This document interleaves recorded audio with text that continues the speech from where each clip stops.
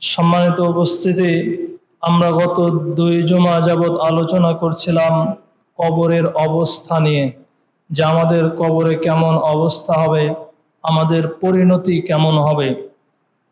যার সারসংক্ষেপ হলো, আমল যদি ভালো হয় কবরের অবস্থা ভালো হবে, আমল যদি খারাপ হয় কবরের অবস্থাও খারাপ হবে।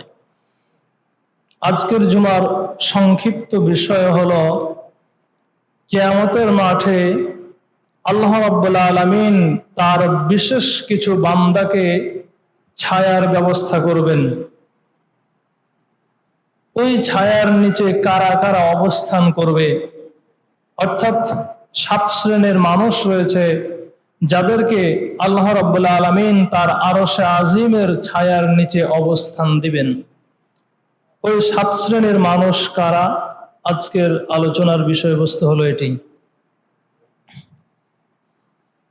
আলোচনার আগে আপনাদের প্রতি উদাত্ত আহ্বান থাকবে, অত্যন্ত মনোযোগের সাথে আলোচনা শোনার চেষ্টা করবেন। যদি আপনি মনোযোগ সহকারে আলোচনা না শুনেন, তবে এই আলোচনাটি কিয়ামতের মাঠে আপনার বিরুদ্ধে সাক্ষ্য দিবে। আল্লাহ রাব্বুল আলামিন আপনাকে জিজ্ঞাসা করবেন যে, আমার আয়াত সমূহ, আমার নিদর্শন সমূহ তোমার সামনে এসেছিল, মসজিদের মিম্বার থেকে আলোচনা করা হয়েছিল, তখন তুমি মনোযোগ দাও নাই। এটা আল্লাহ রাব্বুল আলামিন জিজ্ঞাসা করবেন। ভাইরা আমার, তো এই জন্য আপনাদের প্রতি উদাত্ত আহ্বান থাকবে, অত্যন্ত মনোযোগ সহকারে আলোচনা শোনা। যেহেতু আমরা গতানুগতিক কোনো আলোচনা করি না, আন্দাজে কোনো কথা বলি না, যা বলি সেটা কোরআন এবং হাদিস থেকেই বলি। এবং হাদিসের ক্ষেত্রে আপনারা জানেন যে জাল জয়ীব বানোয়াট অনেক হাদিস রয়েছে। যেমন উদাহরণস্বরূপ বলা হয় যে হুব্বুল ওয়াতান মিনাল ঈমান, দেশপ্রেম ঈমানের অঙ্গ। এই হাদিসের সনদ দুনিয়ার মাটিতে নেই, তার মানে হলো এটা হলো জাল হাদিস। এরকম আরো হাদিস রয়েছে, উতলুবুল ইলমা ওয়ালাউ কানা বিসসিন, যদি চীন দেশ গিয়েও হয় তারপরও ইলম অন্বেষণ করো। এই হাদিসের কোনো সনদ নেই ভাইরা আমার। কাজেই আমরা এগুলো যাচাই বাছাই করে তারপরে বলি, কোনো জাল জয়ীব হাদিস আমরা বলি না। এজন্য যেহেতু আমরা কঠোর পরিশ্রম করে যাচাই বাছাই করে স্টাডি করে তারপরে আপনাদেরকে নসিহা করার চেষ্টা করি, সেজন্য আপনাদেরও উচিত হবে অত্যন্ত মনোযোগ সহকারে আলোচনা শোনা। কিসসা কাহিনী বললে কোনো পড়ালেখা করা লাগতো না। আমি বিভিন্ন জায়গা ঘুরলাম আর বললাম এই হয়েছে, এরকম হয়েছে, সেরকম হয়েছে, আমার বাবা অমুক ছিল, দাদা অমুক ছিল, আমার হুজুর অমুক ছিল, আমার হুজুর তমুক ছিল, এই কারামত ছিল। এগুলো এমনি আন্দাজে বলা যায়, পড়ালেখা করা লাগে না। তো যেহেতু আমরা পড়ালেখা করে স্টাডি করে কথা বলে থাকি, সেজন্য আপনাদেরও উচিত অত্যন্ত মনোযোগ সহকারে আলোচনা শোনা, এবং যদি সম্ভব হয় তাহলে সেগুলো নোট করা, নিজেরা সেগুলো পড়া, অনুধাবন করা, বুঝা। ভাইরা আমার, আল্লাহ রাব্বুল আলামিন 7 শ্রেণীর মানুষকে কিয়ামতের মাঠে তার আরশে আজিমের নিচে ছায়া দিবেন। ছায়া কাকে বলে? ছায়া তো আপনারা চিনেন, এই যে উপরে ছাদ আছে, এখন যদি রোদ পড়ে তাহলে রোদ আর মসজিদে প্রবেশ করবে না, এটা হলো ছায়া। তো আল্লাহ রাব্বুল আলামিন আরশে আজিমের নিচে ছায়া দিবেন। এই ছায়ার গুরুত্ব আপনি কখন বুঝবেন? এই ছায়ার গুরুত্ব তখন বুঝবেন যখন আপনি প্রখর রৌদ্রে অবস্থান করবেন, তখন আপনি ছায়ার মর্ম বুঝবেন। আপনি আছেন এসিতে, আপনি আছেন মসজিদের মধ্যে ফ্যানের নিচে, আপনি ছায়ার মর্ম কি বুঝবেন? রৌদ্রের তাপের অবস্থা কি বুঝবেন? আপনি ছায়ার মর্ম তখন বুঝবেন যখন আপনি তীব্র মরুভূমিতে থাকবেন, প্রখর রোদে থাকবেন। রোদ্রে থাকলে না আপনি বুঝবেন যে ছায়া কাকে বলে, কত প্রকার কি কি। আপনারা জানেন যে আমাদের মাথার উপরে সূর্য রয়েছে। এই সূর্যটি প্রায় পৃথিবী থেকে সূর্যের অবস্থান হলো 15 কোটি কিলোমিটার উপরে। কত কিলোমিটার বললাম? 15 কোটি কিলোমিটার উপরে রয়েছে সূর্য। সূর্য থেকে পৃথিবীতে আলো আসতে সময় লাগে প্রায় 8 মিনিট। সূর্য থেকে পৃথিবীতে আলো আসতে সময় লাগে 8 মিনিট। তাহলে বুঝেন যে সূর্যটা কত উপরে রয়েছে। মাইলের হিসাব যদি করি তাহলে পৃথিবী থেকে সূর্য প্রায় 9,30,00,000 মাইল উপরে আছে। কত কোটি? 9,30,00,000 মাইল উপরে আছে। কিয়ামতের মাঠে ওই সূর্যটাকে আল্লাহ রাব্বুল আলামিন মানুষের মাথার উপরে 1 মাইল উপরে নিয়ে আসবেন। কত মাইল?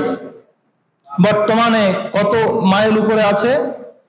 9,30,00,000 মাইল উপরে আছে। আল্লাহ রাব্বুল আলামিন কিয়ামতের মাঠে ওই সূর্যটাকে মানুষের মাথার 1 মাইল উপরে নিয়ে আসবেন। এই 9,30,00,000 মাইল উপর থেকে সূর্য যখন চৈত্র মাসে তাপ দেয়, তখন আমরা এই জমিনে সেই তাপ সহ্য করতে পারি না। আপনাদের এদিকে অবশ্য তাপ একটু কম লাগে, তাপমাত্রা কম, যেহেতু সমুদ্রের কাছাকাছি অঞ্চল, সেজন্য তাপমাত্রা চৈত্র মাসে কেমন পড়ে এটা যদি আপনি দেখতে চান তাহলে উত্তরবঙ্গ যেতে হবে আপনাকে। এই যে ঘাস বা গাছগাছালি যেগুলো রয়েছে এগুলো শুকিয়ে যায় চৈত্র মাসে, রোদ্রে পুড়ে যায়, খালি পায়ে জমিন দিয়ে হাঁটা যায় না, তাপ উঠে। আপনি ঠিক কোনো মরুভূমিতে যদি যান, বালির উপরে চলেন, বালুর উপরে যদি আপনি হাঁটাচলা করেন খালি পায়ে, তখন বুঝবেন যে তাপ কাকে বলে। তাহলে এই পৃথিবী থেকে সূর্য 9,30,00,000 মাইল উপর থেকে তাপ দিচ্ছে, সেই তাপ চৈত্র মাসে আমরা সহ্য করতে পারি না।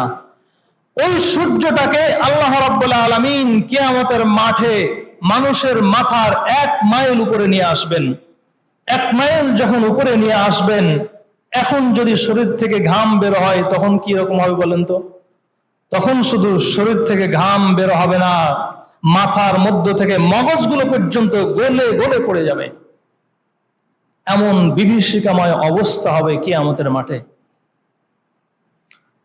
হযরত মিকদাদ রাদিয়াল্লাহু তাআলা আনহু থেকে বর্ণিত, তিনি বলেন, সামি'তু রাসূলুল্লাহ সাল্লাল্লাহু আলাইহি ওয়াসাল্লাম ইয়াকুল, আমি রাসূল সাল্লাল্লাহু আলাইহি ওয়াসাল্লামকে বলতে শুনেছি। রাসূল সাল্লাল্লাহু আলাইহি ওয়াসাল্লাম বলেন, তুদনা শামসু ইয়াউমাল কিয়ামা, কিয়ামতের মাঠে সূর্যকে নিকটবর্তী করা হবে।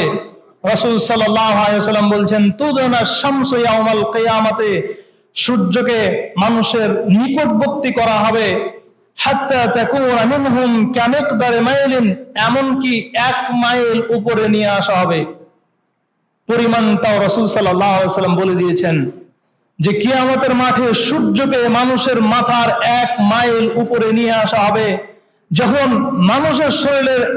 মানুষের মাথার 1 মাইল উপরে নিয়ে আসা হবে, তখন মানুষের শরীর থেকে ঘাম বের হবে।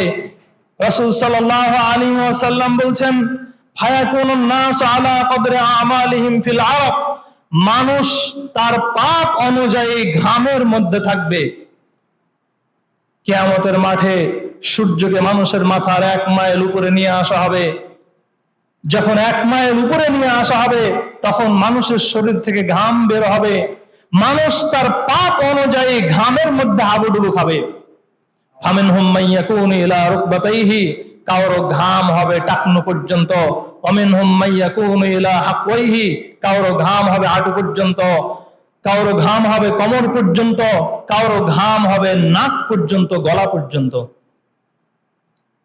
মানুষের পাপ অনুযায়ী মানুষ সেই দিন ঘামের মধ্যে থাকবে।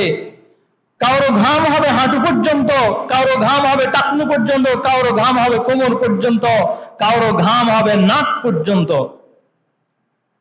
চিন্তা করেন, মানুষের শরীর থেকে ঘাম বের হয়ে ঘাম যদি নাক পর্যন্ত হয় তাহলে অবস্থা কেমন হবে, কত ভয়াবহ হবে। ওই কঠিন মুহূর্তে আল্লাহ রাব্বুল আলামিন তার বিশেষ কিছু বান্দাকে ছায়ার ব্যবস্থা করবেন। রাসূল সাল্লাল্লাহু আলাইহি ওয়াসাল্লাম বলেছেন, আবু হুরায়রা রাদিয়াল্লাহু তাআলা আনহু থেকে বর্ণিত, তিনি বলেন রাসূল সাল্লাল্লাহু আলাইহি ওয়াসাল্লাম বলেছেন, সাবআতুন ইয়াদুল্লাহুল্লাহু ফি জিল্লিহি ইয়াওমা লা জিল্লা ইল্লা জিল্লুহু। কিয়ামতের মাঠে 7 শ্রেণীর মানুষকে আল্লাহর আরশের নিচে ছায়ার ব্যবস্থা করা হবে, যেই দিন আল্লাহর ছায়া ব্যতীত আর কোনো ছায়া থাকবে না।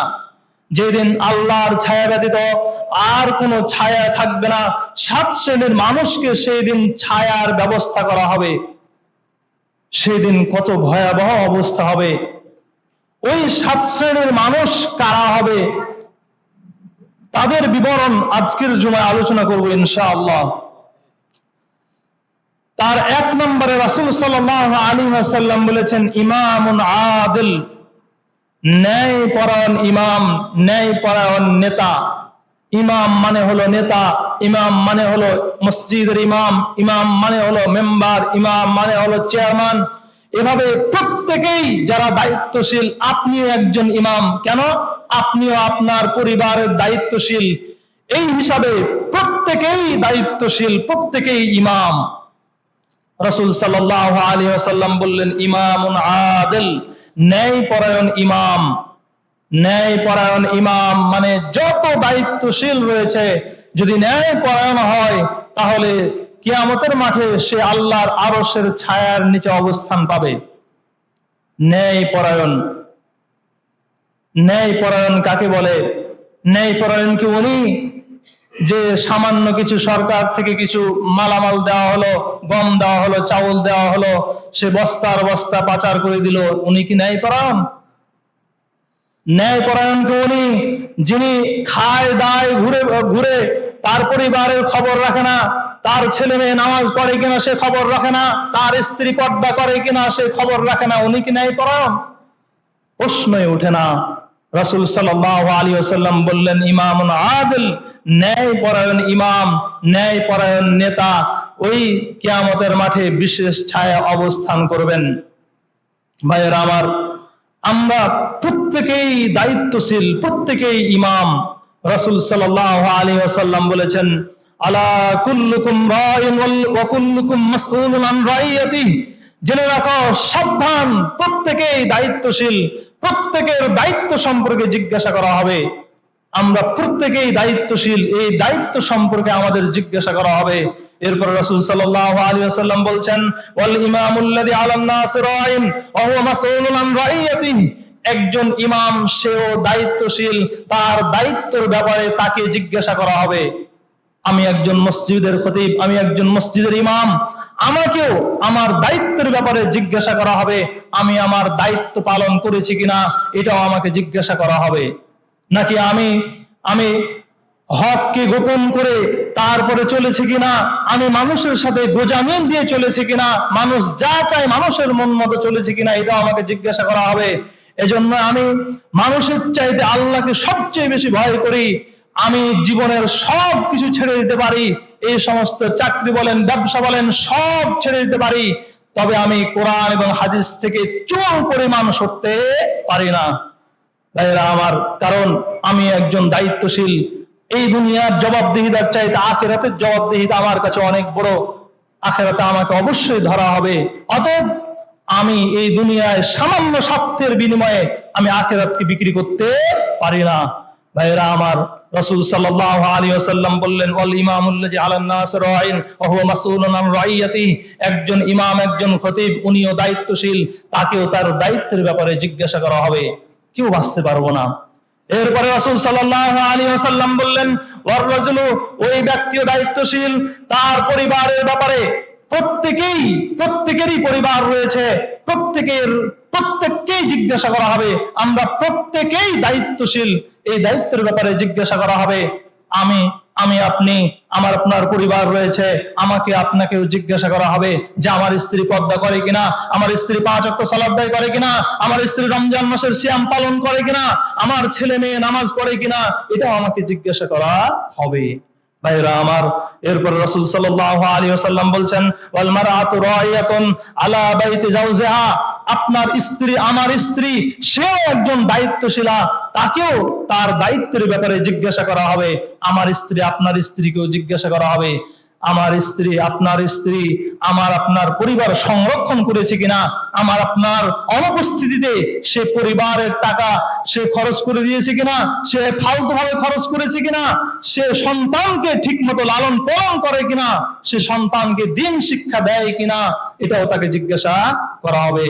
ভাইয়েরা আমার, এরপরে রাসূল সাল্লাল্লাহু আলাইহি ওয়াসাল্লাম বলেছেন যে একজন মনিব, একজন কামলা, একজন গোলাম, সেও দায়িত্বশীল। তার মনিবের যে সমস্ত মাল রয়েছে তার দায়িত্বে, এই সমস্ত মাল যদি সে অহেতুক খরচ করে, সে যদি মনিবকে না জানিয়ে খরচ করে, সেটাও তাকে জিজ্ঞাসা করা হবে। তার মানে আপনি একজন কামলা কিনে নিয়েছেন, আপনি সকাল থেকে সন্ধ্যা পর্যন্ত সে কাজ করবে, এখন যদি সে কাজে ফাঁকি দেয়, এখন যদি সে কাজ না করে, তাহলে তাকে জিজ্ঞাসা করা হবে। আপনি তাকে দায়িত্ব রেখেছেন, আপনি তাকে কর্মচারী হিসাবে রেখেছেন, এখন সে আপনার কোম্পানির একজন কর্মচারী, আপনার কোম্পানির মাল যদি আত্মসাৎ করে, সে যদি ঠিকমতো দায়িত্ব পালন না করে, ঠিকমতো না আসে, টাইম মতো যদি না যায়, এটাও তাকে জিজ্ঞাসা করা হবে। ভাইয়েরা আমার, কাজেই আমাদের প্রত্যেককেই জিজ্ঞাসা করা হবে, প্রত্যেককেই সাবধান হওয়া উচিত যে আমার যে দায়িত্ব, সেই দায়িত্ব আমি পালন করছি কিনা, এটাও জিজ্ঞাসা করা হবে। আর এই দায়িত্ব যদি পালন করি, তাহলেই আল্লাহ রাব্বুল আলামিন ওই আরশে আজিমের নিচে ছায়ার ব্যবস্থা করবেন। রাসূল সাল্লাল্লাহু আলাইহি ওয়াসাল্লাম বললেন, ইমামুন আদিল, ওই ইমাম, যে ইমাম ন্যায়পরায়ণ ইমাম কিয়ামতের মাঠে বিশেষ ছায়া অবস্থান করবে। 2 নম্বর, রাসূল সাল্লাল্লাহু আলাইহি ওয়াসাল্লাম বলেন, ওয়াশাবুন নাশা ফি ইবাদাতিল্লাহ, ওই যুবক, যেই যুবক আল্লাহর ইবাদত করতে করতে বড় হয়েছে, যেই যুবক আল্লাহর ইবাদত করতে করতে বড় হয়েছে, ওই যুবকও কিয়ামতের মাঠে বিশেষ ছায়া অবস্থান পাবে। যেই যুবক ছোট থেকে আল্লাহর ইবাদত করে, যৌবন বয়সের একটা গুরুত্ব রয়েছে, যৌবন বয়সের ফজিলত রয়েছে। যৌবন বয়সে যেমন কোনো কাজ সহজেই করতে পারে, বার্ধক্য চলে আসলে বা বয়স হয়ে গেলে ওই কাজটা সহজে করতে পারে না। যৌবন বয়সে যদি বলা হয় যে পাহাড় খনন করতে হবে, তারপরেও সে রাজি হয়ে যায় বা সে সাহস করে যে না, পাহাড় খনন করতে পারবো। কিন্তু যদি বয়স হয়ে যায়, তাহলে সে 1 পা সামনে দিলে আরো 3 পা পিছনে নিয়ে আসে, কারণ তার শরীর নিতে হবে। ভাইয়েরা আমার, এজন্য রাসূল সাল্লাল্লাহু আলাইহি ওয়াসাল্লাম বললেন, ওয়াশাবুন নাশা ফি ইবাদাতিল্লাহ, ওই যুবক, যেই যুবক আল্লাহর ইবাদত করতে করতে বড় হয়েছে, ওই যুবকও ওই আরশে আজিমের ছায়ার নিচে অবস্থান পাবে। মাঝখান দিয়ে আরেকটা হাদিস বলি, রাসূল সাল্লাল্লাহু আলাইহি ওয়াসাল্লাম বলেছেন, লা তাযুলু কদম ইবনে আদম হাত্তা ইউসআল আন খামস, কিয়ামতের মাঠে বনি আদমের 1 কদমও হিলতে দেওয়া হবে না। লা তাযুলু কদমা ইবনে আদম, বনি আদমকে 1 পাও নড়তে দেওয়া হবে না। হাত্তা ইউসআল আন খামস, যতক্ষণ পর্যন্ত তাকে 5টা বিষয়ের জিজ্ঞাসা না করা হবে, ততক্ষণ পর্যন্ত বনি আদমকে 1 কদমও হিলতে দেওয়া হবে না। যেখানে দাঁড়িয়ে আছে সেখানেই দাঁড়িয়ে থাকবে, 1টা কদমও হিলতে দেওয়া হবে না। 5টা জিজ্ঞাসা হবে, তারপরে তাকে নড়তে দেওয়া হবে। সেই 5টা জিজ্ঞাসা কি?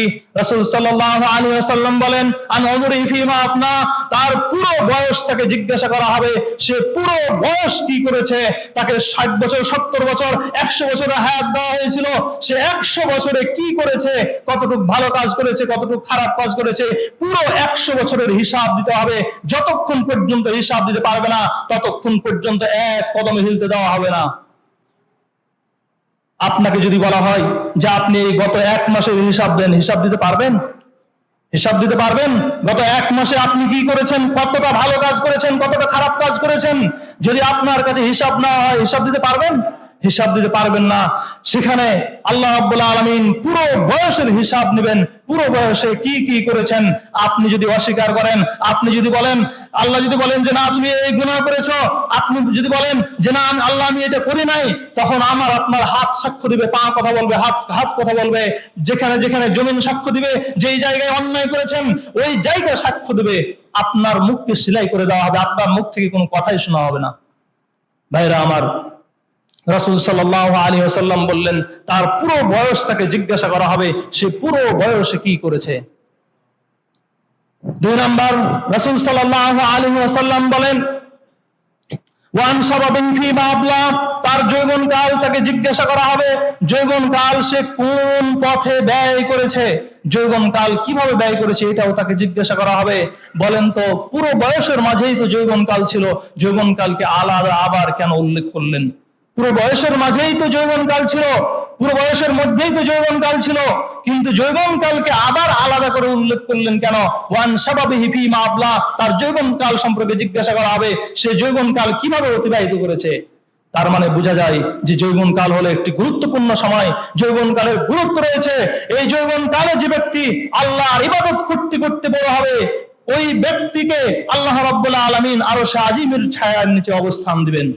ভাইরা আমার, 3 নম্বর রাসূল সাল্লাল্লাহু আলাইহি ওয়াসাল্লাম বলেন ওয়ান মালিহি, তার মাল সম্পর্কে জিজ্ঞাসা করা হবে মিন আইনা ইকতাসাবা ওয়া ফীমা আনফাকা, যে মাল সে কোন পথে উপার্জন করেছে আর কোন পথে ব্যয় করেছে এটাও তাকে জিজ্ঞাসা করা হবে। মাল আপনি কোন পথে উপার্জন করছেন, হালাল ভাবে উপার্জন করছেন নাকি হারাম ভাবে উপার্জন করছেন, এটা আপনাকে জিজ্ঞাসা করা হবে। আর মাল আপনি কোন পথে ব্যয় করছেন সেটা আপনাকে জিজ্ঞাসা করা হবে। কেউ একজন আপনি রাস্তা দিয়ে যাচ্ছিলেন, মাজারওয়ালা টাকা চাইলো, আপনি টাকা দিয়ে দিলেন, এটা আপনাকে জিজ্ঞাসা করা হবে। আপনাকে এই এলাকায় যাত্রা হবে, আপনার কাছে চাঁদা চাইলো, আপনি চাঁদা দিয়ে দিলেন, এটাও আপনাকে জিজ্ঞাসা করা হবে। আপনার মাল সম্পর্কে জিজ্ঞাসা করা হবে, আপনি মাল কোন পথে উপার্জন করছেন, কোন পথে ব্যয় করছেন, এটাও আপনাকে জিজ্ঞাসা করা হবে। ভাইয়েরা আমার, 5টা জিজ্ঞাসার পূর্বে আপনাকে এক কদমে হিলতে দেওয়া হবে না, আপনি এক কদমে হিলতে পারবেন না। রাসূল সাল্লাল্লাহু আলাইহি ওয়াসাল্লাম বললেন 7 শ্রেণীর মানুষকে কিয়ামতের মাঠে বিশেষ ছায়ার ব্যবস্থা করবেন। তার 1 শ্রেণীর মানুষ হলো ইমামুন আদিল, ন্যায়পরায়ণ নেতা। 2 নম্বর রাসূল সাল্লাল্লাহু আলাইহি ওয়াসাল্লাম বললেন ওয়াশাবুন নাশা ফি ইবাদাতিল্লাহ, ওই যুবক যেই যুবক আল্লাহর ইবাদত করতে করতে বড় হয়েছে, ওই যুবককে আল্লাহ রাব্বুল আলামিন আরশে আজিমের নিচে ছায়ার ব্যবস্থা করবেন। 3 নম্বর রাসূল সাল্লাল্লাহু আলাইহি ওয়াসাল্লাম বলেন ওয়ারাজুলুন কলবুহু মুআল্লাকুন বিল মসজিদ ইজা খারাজা মিনহু হাত্তা ইয়াউদা ইলাইহি। রাসূল সাল্লাল্লাহু আলাইহি ওয়াসাল্লাম বললেন ওই ব্যক্তিকেও আল্লাহ রাব্বুল আলামিন আরশে আজিমের ছায়ার নিচে ব্যবস্থা করবেন। কোন ব্যক্তি? যেই ব্যক্তির অন্তরটা মসজিদের সাথে ঝুলন্ত থাকে, যার অন্তরটা মসজিদের সাথে ঝুলন্ত থাকে। মসজিদের সাথে অন্তর ঝুলন্ত এর মানে কি? মসজিদের সাথে অন্তর ঝুলন্ত এর মানে কি? ফ্যান যেরকম ঝুলানো আছে ছাদের সাথে, আপনার অন্তরটাকে রশি দিয়ে টেনে মসজিদের সাথে ঝুলিয়ে দিলাম, বিষয়টা কি এরকম? বিষয়টা এরকম না। রাসূল সাল্লাল্লাহু আলাইহি ওয়াসাল্লাম বলে দিচ্ছেন যে ইজা খারাজা মিনহু, যে মসজিদ থেকে সে বের হয়েছে, বের হওয়ার পরে সে ভাবছে হাত্তা ইয়াউদা ইলাইহি, আবার মসজিদে কখন ফিরবে। এটাই হলো মসজিদের সাথে অন্তর ঝুলানো। তার মানে আপনি জোহরের নামাজ পড়ে বের হয়েছেন, আপনি ভাবছেন, আপনি মনে ভাবছেন যে কখন আসরের আজান হবে, আপনি আসরের নামাজ মসজিদে পড়বেন। আপনি আসরের নামাজ পড়ে বের হয়েছেন, আপনি ভাবছেন কখন মাগরিবের আজান হবে, আপনি মাগরিবের নামাজ পড়বেন। এটাই হলো অন্তর মসজিদের সাথে ঝুলন্ত। রাসূল সাল্লাল্লাহু আলাইহি ওয়াসাল্লাম 3 নম্বরে বললেন ওয়ারাজুলুন কলবুহু মুআল্লাকুন বিল মসজিদ, ওই ব্যক্তি যার অন্তরটা মসজিদের সাথে ঝুলন্ত, ওই ব্যক্তি কিয়ামতের মাঠে আল্লাহর আরশের ছায়ার নিচে অবস্থান পাবে। ভাইয়েরা আমার, আজকে মসজিদ আমাদের কাছে মনে হয় যে সবচেয়ে ঘৃণিত জায়গা। কেন এই কথা বললাম? কারণ হলো আমরা নামাজ পড়তে আসি, নামাজ পড়তে আসার পরে আমরা যখন থেকে মসজিদে ঢুকেছি তখন থেকে আমাদের মাথায় এটা কাজ করছে কখন মসজিদ থেকে বের হয়ে যাব, কখন মসজিদ থেকে বের হয়ে যাব। মনে হয় যে একটা জাহান্নামের মধ্যে আছি, এই জাহান্নাম থেকে কখন মুক্তি পাবো। আমাদের টেন্ডেন্সি, আমাদের স্বভাব এরকম হয়ে গেছে। নতুবা দেখবেন যে সালাম ফিরানো শেষ হয় নাই, তারপরে সালাম ফিরানোর সঙ্গে সঙ্গে মসজিদ থেকে মানুষ চলে যায়। সালাম ফিরানোর পরে জিকির আজকার রয়েছে, দোয়া রয়েছে, তাসবিহ তাহলিল রয়েছে, সুন্নাত রয়েছে, আপনি নফল পড়েন, কোরআন তেলাওয়াত করেন, জিকির আজকার করেন, এগুলো সবই জায়েজ। ভাইয়েরা আমার, অন্য একটা হাদিসে রাসূল সাল্লাল্লাহু আলাইহি ওয়াসাল্লাম বলেন আহাব্বুল বিলাদি ইলাল্লাহি তাআলা মাসাজিদুহা ওয়া আবরাজুল বিলাদি ইলাল্লাহি তাআলা আসওয়াকুহা। আল্লাহ রাব্বুল আলামিনের নিকটে সবচেয়ে অধিক প্রিয় জায়গা হলো মসজিদ, আর সবচেয়ে ঘৃণিত জায়গা হলো বাজার। সবচেয়ে ঘৃণিত জায়গা হলো বাজার, আর প্রিয় জায়গা হলো মসজিদ। অথচ আমরা যখন বাজারে থাকি তখন মানে যতক্ষণ বাজারে থাকা যায়, যতক্ষণ বাজারে থাকা যায়, মনে করেন যে 1 ঘন্টা আছেন, মন চাইবে আরো 1 ঘন্টা থাকে। আর মসজিদে আসলে যদি 5 মিনিট হয়ে যায় তাহলেই আপনার বিভিন্ন রকম ব্যস্ততা চলে আসে। মনে হয় যে আপনি কখন মসজিদ থেকে বের হয়ে যাবেন। ভাইয়েরা আমার, 3 নম্বর রাসূল সাল্লাল্লাহু আলাইহি ওয়াসাল্লাম বললেন, ওয়ারাজুলুন কলবুহু মুআল্লাকুন বিল মসজিদ, ওই ব্যক্তি যার অন্তরটা মসজিদের সাথে ঝুলন্ত, মসজিদে সে কখন আসবে এই চিন্তায় থাকে। ভাইয়েরা আমার, 4 নম্বর রাসূল সাল্লাল্লাহু আলাইহি ওয়াসাল্লাম বলেন, ওয়ারাজুলান তাহাব্বা বিল্লাহি ইজতামা আলাইহি ওয়া তাফাররাকা আলাইহি, দুইজন ব্যক্তি একে অপরকে ভালোবাসে, তাহাব্বা ফিল্লাহি, দুইজন ব্যক্তি একে অপরকে ভালোবাসে আল্লাহর সন্তুষ্টির জন্য, আর একে অপরকে ঘৃণা করে আল্লাহর সন্তুষ্টির জন্য। তার মানে হলো সম্পর্ক কারো সাথে করে সেটাও আল্লাহর জন্য, সম্পর্ক ভেঙে দেয় সেটাও আল্লাহর জন্য। অন্য একটা হাদিসে রাসূল সাল্লাল্লাহু আলাইহি ওয়াসাল্লাম বলেছেন, আল হুব্বু ফিল্লাহ ওয়াল বুগযু ফিল্লাহ, ভালোবাসা হবে আল্লাহর জন্য, ভালোবাসা ভেঙে যাবে, ভালোবাসা ছিন্ন হয়ে যাবে, এটাও আল্লাহর জন্য। তার মানে আপনি একজনের সাথে আপনার বন্ধুত্ব রয়েছে, এখন তাকে দেখছেন যে সে সিগারেট খাচ্ছে, আপনি তাকে বললেন যে আপনি যদি এই হারাম নেশা থেকে বিরত না হন তাহলে আমি আপনার সাথে আর সম্পর্ক রাখবো না, সম্পর্ক ছিন্ন করে দিলেন, এটাও আল্লাহর জন্য। আরেকজনকে ভালোবাসেন কেন? সে কোরআন হাদিস অধ্যয়ন করে, সে আলেম বা সে সুন্নাহ মোতাবেক চলে, সে ইসলাম মেনে চলে, আপনি তাকে ভালোবাসবেন কেন? এটাও আল্লাহর জন্য। তাই রাসূল সাল্লাল্লাহু আলাইহি ওয়াসাল্লাম বললেন, রাজুলানে, দুইজন ব্যক্তি, তাহাব্বা ফিল্লাহি ইজতামা আলাইহি ওয়া তাফাররাকা আলাইহি, দুইজন ব্যক্তি একে অপরকে ভালোবাসে, এটাও আল্লাহর জন্য, ভালোবাসা ভেঙে দেয়, এটাও আল্লাহর জন্য। মোট কথা, আল্লাহর জন্য সম্পর্ক হবে, আল্লাহর জন্য সম্পর্ক ভিন্ন হয়ে যাবে, সম্পর্ক ছিন্ন হয়ে যাবে।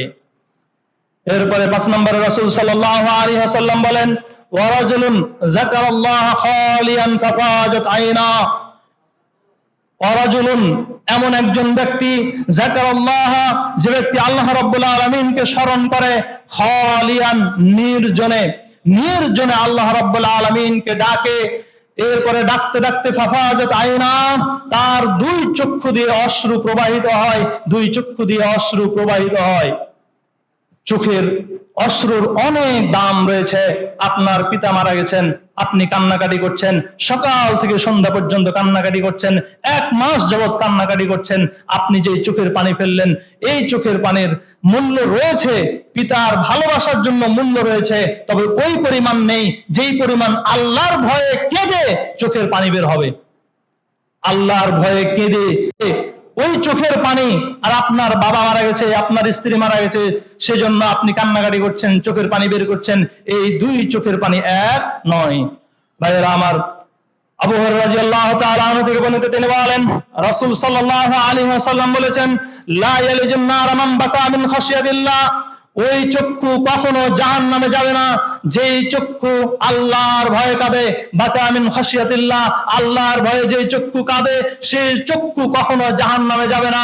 কিভাবে জাহান্নামে যাবে না? হাত্তা ইয়াউদাল লাবানু ফিদ দার'i, যেভাবে গাভীর ওলান থেকে দুধ দহন করার পরে ওলানে আবার দুধ ফিরিয়ে দেওয়া যেমন অসম্ভব, ঠিক যেই চক্ষু আল্লাহর ভয়ে কাঁদে, ওই চক্ষুকে জাহান্নামে দেওয়া ওইভাবে অসম্ভব। বুঝাইতে পারলাম না চোখের কত দাম, আল্লাহর ভয়ে কাঁদার কত দাম। যে আল্লাহর ভয়ে কেউ যদি কাঁদে তাহলে তাকে জাহান্নামে ওইভাবে দেওয়া অসম্ভব, যেভাবে গাভীর ওলান থেকে দুধ দহন করার পরে ওলানে আবার দুধ ফিরিয়ে দেওয়া অসম্ভব। অন্য একটা হাদিসে রাসূল সাল্লাল্লাহু আলাইহি ওয়াসাল্লাম বলেন, ইবনে আব্বাস রাদিয়াল্লাহু তাআলা আনহু থেকে বর্ণিত, তিনি বলেন, রাসূল সাল্লাল্লাহু আলাইহি ওয়াসাল্লাম বলেছেন, আইনানে লা তামাসসুহুমান নার, 2 চক্ষু রয়েছে, যেই 2 চক্ষুকে জাহান্নাম স্পর্শ করবে না। 2 চক্ষু এমন চক্ষু রয়েছে যেই 2 চক্ষুকে জাহান্নাম স্পর্শ করবে না। 1, আইনুন বাকাত মিন খাশিয়াতিল্লাহ, ওই চক্ষু যেই চক্ষু আল্লাহর ভয়ে কাঁদে, এই চক্ষুকে জাহান্নাম স্পর্শ করবে না। যেই চক্ষু আল্লাহর ভয়ে কাঁদে, সেই চক্ষুকে জাহান্নাম স্পর্শ করবে না। ওয়া আইনুন বাতাত তাহরুসু ফি সাবিলিল্লাহ, ওই চক্ষুকে জাহান্নাম স্পর্শ করবে না যেই চক্ষু আল্লাহর রাস্তায় পাহারা দেয়। আল্লাহর রাস্তায় পাহারা দেয় মানে, মনে করেন যে ইসলামী রাষ্ট্র, এই রাষ্ট্রের সংরক্ষণ করার দায়িত্ব সকল মুসলিমের, এখন সে নাইট ডিউটি করছে বা পাহারা দিচ্ছে, এই চক্ষুকে জাহান্নামে দেওয়া অসম্ভব। ভাইয়েরা আমার, 5 নম্বরে রাসূল সাল্লাল্লাহু আলাইহি ওয়াসাল্লাম বললেন, যাকারাল্লাহ খালিয়ান ফাফাজাত আইনা, আল্লাহ রাব্বুল আলামিনকে নির্জনে ডাকে, নির্জনে ডাকতে ডাকতে চোখ থেকে অশ্রু প্রবাহিত হয়। আল্লাহ রাব্বুল আলামিন সূরা বানী ইসরাঈলের 109 নম্বর আয়াতে বলেছেন, ওয়ায়াকিরুনা লিল আযকানি ইয়াবকুন, তারা কাঁদতে কাঁদতে তাদের চেহারাকে অবনত করে, চেহারাকে নিচু করে দেয়। ওয়ায়াজিদুহুম খুশুআ, আল্লাহ রাব্বুল আলামিন তাদের আরো ভয় বাড়িয়ে দেন, আল্লাহ রাব্বুল আলামিনকে তারা আরো বেশি ভয় করতে থাকে। ভাইরা আমার, আনাস রাদিয়াল্লাহু তাআলা আনহু থেকে বর্ণিত, তিনি বলেন রাসূল সাল্লাল্লাহু আলাইহি ওয়াসাল্লাম বলেছেন, লাউ তা'লামুনা মা আ'লামু লা জাহিকতুম কালিলান ওয়া লা বাকাইতুম কাসীরা। রাসূল সাল্লাল্লাহু আলাইহি ওয়াসাল্লাম বলেন, লাউ তা'লামুনা মা আ'লামু, আমি যেরকম আল্লাহকে জানি, আমি যতটুকু আল্লাহকে জানি, যদি তোমরা জানতে, লা জাহিকতুম কালিলান ওয়া লা বাকাইতুম কাসীরা, তাহলে তোমরা কম কম হাসতে, বেশি বেশি কাঁদতে। আমি যেমন আল্লাহকে জানি, যদি তোমরা জানতে, তাহলে কম কম হাসতে, বেশি বেশি কাঁদতে। ভাইরা আমার, আমরা কতটুকু কাঁদি। রাসূল সাল্লাল্লাহু আলাইহি ওয়াসাল্লাম বললেন, ওই ব্যক্তি আরশে আজিমের ছায়ার নিচে অবস্থান পাবে যেই ব্যক্তি আল্লাহর ভয়ে কাঁদে, নির্জনে কাঁদে। নির্জন কখন? আপনি আপনার পিতা মারা গেছে, আপনি হুজুর নিয়ে গেছেন, হুজুরের সামনে খুব কান্নাকাটি করছেন, এটা কি নির্জন? এটা লোক দেখানো। কারণ আপনি যদি এই কান্নাকাটি না দেখান, তাহলে কিভাবে বুঝবে যে আপনি ওনার ছেলে? ভাইয়েরা আমার, নির্জনে একাকী আল্লাহ রাব্বুল আলামিনকে ডাকেন, আল্লাহ রাব্বুল আলামিনের আযাবের ভয়ে, কবরের আযাবের ভয়ে কান্নাকাটি করেন। 2 রাকাত সালাত আদায় করে রাতে উঠে 2 রাকাত সালাত আদায় করে আল্লাহ রাব্বুল আলামিনকে ডাকেন, আল্লাহ রাব্বুল আলামিনের আযাবের ভয়ে কান্নাকাটি করেন। জীবনে যে সমস্ত গুনাহ করেছেন, সেই গুনাহ সমূহের জন্য, সেই গুনাহগুলোকে স্মরণ করে আল্লাহ রাব্বুল আলামিনের কাছে কান্নাকাটি করেন। আল্লাহ রাব্বুল আলামিনের কাছে এভাবে যদি কান্নাকাটি করেন, তাহলে আল্লাহ রাব্বুল আলামিন অবশ্যই মাফ করবেন। রাসূল সাল্লাল্লাহু আলাইহি ওয়াসাল্লাম বলেছেন, ইয়ানজিলু তাবারাকা ওয়া তাআলা কুল্লা লাইলাতিন ইলা সামাa'id দুনিয়া হিনা ইয়ামকা সুলুসুল লাইলিল আখির। আল্লাহ রাব্বুল আলামিন প্রত্যেক রাতের শেষ তৃতীয়াংশে সপ্তম আকাশ থেকে দুনিয়ার আকাশে নেমে আসার পরে বলেন, মাইয়াদউনি ফাস্তাজিব লা, কে আমাকে ডাকে আমি তার ডাকে সাড়া দেব। মাইয়াস্তাগফিরুনি ফাগফির লা, কে আমার কাছে ক্ষমা চায় আমি তাকে ক্ষমা করে দেব। মাইয়াসআলুনি ফাউতিয়া, কে আমার কাছে কিছু চায়, যা চায় তাই দিয়ে দেব। আল্লাহ রাব্বুল আলামিন এভাবে প্রত্যেক রাতের শেষ তৃতীয়াংশে দুনিয়ার আকাশে নেমে এসে আমাদেরকে ডাকতে থাকেন। কতজন ওই ডাকে সাড়া দিই? রাতের শেষ তৃতীয়াংশ মানে তাহাজ্জুদের সময়। মানুষ নির্জন, সবাই ঘুমায়। দেখবেন তাহাজ্জুদের সময় অধিকাংশ মানুষ ঘুমায়, তাহাজ্জুদের সময় তখনই নির্জন সময়।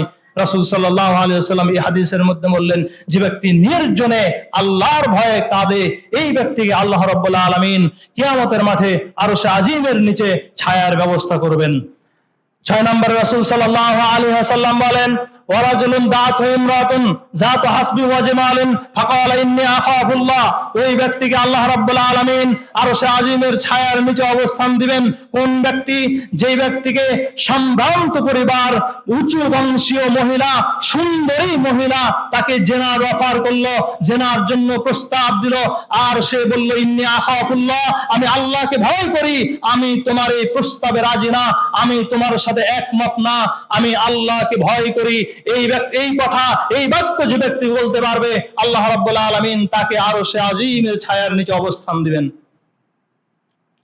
উঁচু বংশীয় মহিলা, সুন্দরী মহিলা যদি আপনাকে বলে যে আসো হোটেলে নাইট ডিউটি করবো, নাইট কাটাবো, হোটেলে আসো, আপনি যদি বলতে পারেন যে আমি আল্লাহকে ভয় করি, আমি তোমার সাথে যেতে রাজি না, আমি তোমার সাথে যেতে পারবো না, আমি আল্লাহকে ভয় করি, যে ব্যক্তি এই কথা বলতে পারবে, আল্লাহ রাব্বুল আলামিন তাকে তার আরশে আজিমের ছায়ার নিচে অবস্থান দিবেন।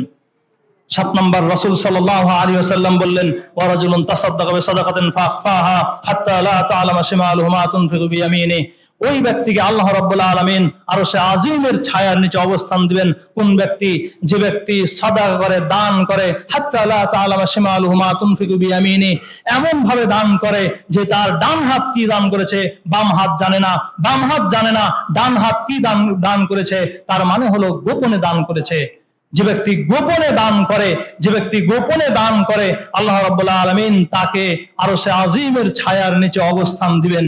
তাহলে কি প্রকাশ্য দান করা যায় না? প্রকাশ্য দান করা যায়, গোপনেও দান করা যায়। তবে প্রকাশ্য যদি দান করেন সেক্ষেত্রে রিয়া বা লৌকিকতার সম্ভাবনা রয়েছে। হয়তো মনের মধ্যে এটা কাজ করতে পারে যে আমি এত টাকা দিয়েছি, এই যে রিয়া, লোক দেখানো, আপনি মানুষকে দেখানোর জন্য আপনি এত টাকা দিয়েছেন, এই যে রিয়া বা লৌকিকতার সম্ভাবনা রয়েছে, এই জন্যই গোপনে দান করা উত্তম। গোপনে দান করলে আপনার এই রিয়া বা লৌকিকতা থাকে না। এই জন্য রাসূল সাল্লাল্লাহু আলাইহি ওয়াসাল্লাম বললেন, ওয়ারাজুলুন তাসাদ্দাকা বিসাদাকাতিন ফাখফাহা হাত্তা লা তা'লামা শিমালুহু মা তুনফিকু বিয়ামিনি। ওই ব্যক্তিও আরশে আজিমের ছায়ার নিচে অবস্থান পাবে। কোন ব্যক্তি? যে ব্যক্তি গোপনে দান করে, তার ডান হাত কি দান করেছে বাম হাত জানে না, এরকম গোপনে দান করে। ভাইয়েরা আমার, প্রকাশ্য দান করতে পারেন, কোনো সমস্যা নেই। তবে গোপনে দান করলে এক্সট্রা একটা ফজিলত রয়েছে, সেটা হলো আরশে আজিমের ছায়ার নিচে অবস্থান পাবেন। দানের অনেক গুরুত্ব রয়েছে, অনেক ফজিলত রয়েছে। রাসূল সাল্লাল্লাহু আলাইহি ওয়াসাল্লাম বলেছেন, আস-সাদাকাতু বুরহানুন, দান হলো দলিল। আপনি মনে করেন যে এই পুকুরের মালিকানা দাবি করছেন, বলছেন যে আমি এই পুকুরের মালিক, আপনাকে অবশ্যই দলিল শো করতে হবে, দলিল দেখাতে হবে। আপনি যে জান্নাতে যাবেন, এটা দলিল হলো দান। রাসূল সাল্লাল্লাহু আলাইহি ওয়াসাল্লাম বলছেন, আস-সাদাকাতু বুরহানুন, সাদাকা হলো দলিল, মানে আপনি যে জান্নাতে যাবেন এটাই হলো আপনার দলিল যে আপনি দান করেছেন। ভাইয়েরা আমার, এজন্য দানের অনেক ফজিলত রয়েছে। আজকের আলোচনার বিষয়বস্তু ছিল যে কিয়ামতের মাঠে আল্লাহ রাব্বুল আলামিন 7 শ্রেণীর মানুষকে বিশেষ ছায়ার ব্যবস্থা করবেন, যেই দিন আল্লাহর ছায়া ব্যতীত আর কোনো ছায়া থাকবে না। 1 নম্বর, রাসূল সাল্লাল্লাহু আলাইহি ওয়াসাল্লাম বলেছেন, ইমামুন আদিল, ন্যায় পরায়ণ ইমাম। 2 নম্বর, রাসূল সাল্লাল্লাহু আলাইহি ওয়াসাল্লাম বলেছেন, ওয়া শাবুন নাশা ফি ইবাদাতিল্লাহ, ওই যুবক যেই যুবক আল্লাহর ইবাদত করতে করতে বড় হয়েছে। 3 নম্বর, রাসূল সাল্লাল্লাহু আলাইহি ওয়াসাল্লাম বলেছেন, ওয়া রাজুলুন কলবুহু মুআল্লাকুন বিল মাসজিদ ইজা খারাজা মিনহু হাত্তা ইয়াউদা ইলাইহি, যে ওই ব্যক্তি যার অন্তরটা মসজিদের সাথে ঝুলন্ত, এই ব্যক্তিকে আল্লাহ রাব্বুল আলামিন আরশে আজিমের নিচে ছায়ার ব্যবস্থা করবেন। 4 নম্বর, রাসূল সাল্লাল্লাহু আলাইহি ওয়াসাল্লাম বলেছেন, ওয়া রাজুলানে তাহাব্বা ফিল্লাহি ইজতামা আলাইহি ওয়া তাফাররাকা আলাইহি, দুইজন ব্যক্তি একে অপরকে ভালোবাসে আল্লাহ সন্তুষ্টির জন্য, একে অপরকে ঘৃণা করে সেটাও আল্লাহ সন্তুষ্টির জন্য। 5 নম্বর, রাসূল সাল্লাল্লাহু আলাইহি ওয়াসাল্লাম বলেছেন, ওয়া রাজুলুন যাকারাল্লাহ খালিয়ান ফাফাজাত আয়না, ওই ব্যক্তি যে ব্যক্তি নির্জনে একাকী আল্লাহ রাব্বুল আলামিনকে ডাকতে ডাকতে চোখের পানি বের করে, এই ব্যক্তিকে আল্লাহ রাব্বুল আলামিন আরশে আজিমের ছায়ার নিচে অবস্থান দিবেন। 6 নম্বর, রাসূল সাল্লাল্লাহু আলাইহি ওয়াসাল্লাম বলেছেন, ওয়া রাজুলুন দাত ইমরাতুন জাতু হাসবি ওয়া জামালিন, উঁচু বংশীয় সম্ভ্রান্ত পরিবারের মেয়ে, সুন্দরী মেয়ে কাউকে জেনার জন্য অফার করলো, আর ওই ব্যক্তি যদি বলতে পারে যে আমি আল্লাহকে ভয় করি, এই ব্যক্তিকে আল্লাহ রাব্বুল আলামিন আরশে আজিমের ছায়ার নিচে অবস্থান দিবেন। 7 নম্বর, রাসূল সাল্লাল্লাহু আলাইহি ওয়াসাল্লাম বললেন, ওয়া রাজুলুন তাসাদ্দাকা বিসাদাকাতিন ফাখফাহা হাত্তা লা তা'লামা শিমালুহু মা তুনফিকু বিয়ামিনি, ওই ব্যক্তি যে ব্যক্তি গোপনে দান করে, এমন ভাবে গোপনে দান করে যে তার ডান হাত কি দান করেছে বাম হাত জানে না, এরকম গোপনে দান করে, এই 7 শ্রেণীর মানুষকে আল্লাহ রাব্বুল আলামিন বিশেষ ছায়ার ব্যবস্থা করবেন, যেই দিন আল্লাহর ছায়া ব্যতীত আর কোনো ছায়া থাকবে না। যেই দিন ওই সূর্যটাকে মানুষের মাথার 1 মাইল উপরে নিয়ে আসা হবে, যে সূর্যটা আজকে প্রায় 9,30,00,000 মাইল উপরে যে সূর্যটা রয়েছে, সেই সূর্যটাকে মানুষের মাথার 1 মাইল উপরে নিয়ে আসা হবে। ওই দিন আল্লাহ রাব্বুল আলামিন এই 7 শ্রেণীর মানুষকে বিশেষ ছায়ার ব্যবস্থা করবেন। আল্লাহ রাব্বুল আলামিন আমাদের সকলকেই আল্লাহ রাব্বুল আলামিনের আরশে আজিমের ছায়ার নিচে ব্যবস্থা করে দিন, আমিন। আল্লাহ রাব্বুল আলামিন আমাদের জীবনের গুনাহ খাতাকে মাফ করে দিন, আমিন। আল্লাহ রাব্বুল আলামিন আমাদের জীবনের ভুল ত্রুটিকে মাফ করে দিন। আল্লাহ রাব্বুল আলামিন আমাদের মধ্যে থেকে যারা কবরবাসী হয়ে গেছেন, দুনিয়া থেকে বিদায় হয়ে চলে গেছেন, আল্লাহ রাব্বুল আলামিন তাদের কবরের আযাবকে মাফ করে দিন, আমিন। আল্লাহ রাব্বুল আলামিন তাদের কবরগুলোকে জান্নাতের টুকরা বানিয়ে দিন, আমিন। আল্লাহ রাব্বুল আলামিন তাদের কবরগুলোকে প্রশস্ত করে দিন, আল্লাহ রাব্বুল আলামিন তাদের কবরগুলোকে আলোকিত করে দিন। আমাদের মধ্যে থেকে যারা অসুস্থ, আল্লাহ রাব্বুল আলামিন তাদেরকে শিফায়ে কামেলা, পরিপূর্ণ সুস্থতা দান করুন। আমরা যারা সুস্থ আছি, আমাদেরকে আল্লাহ রাব্বুল আলামিন তার সুন্নাহ মোতাবেক চলার তৌফিক দান করুন, কোরআন এবং সুন্নাহ অনুযায়ী চলার তৌফিক দান করুন, সুন্নাহ মোতাবেক আমল করার তৌফিক দান করুন এবং নেক আমল বেশি বেশি করার তৌফিক দান করুন, আমিন।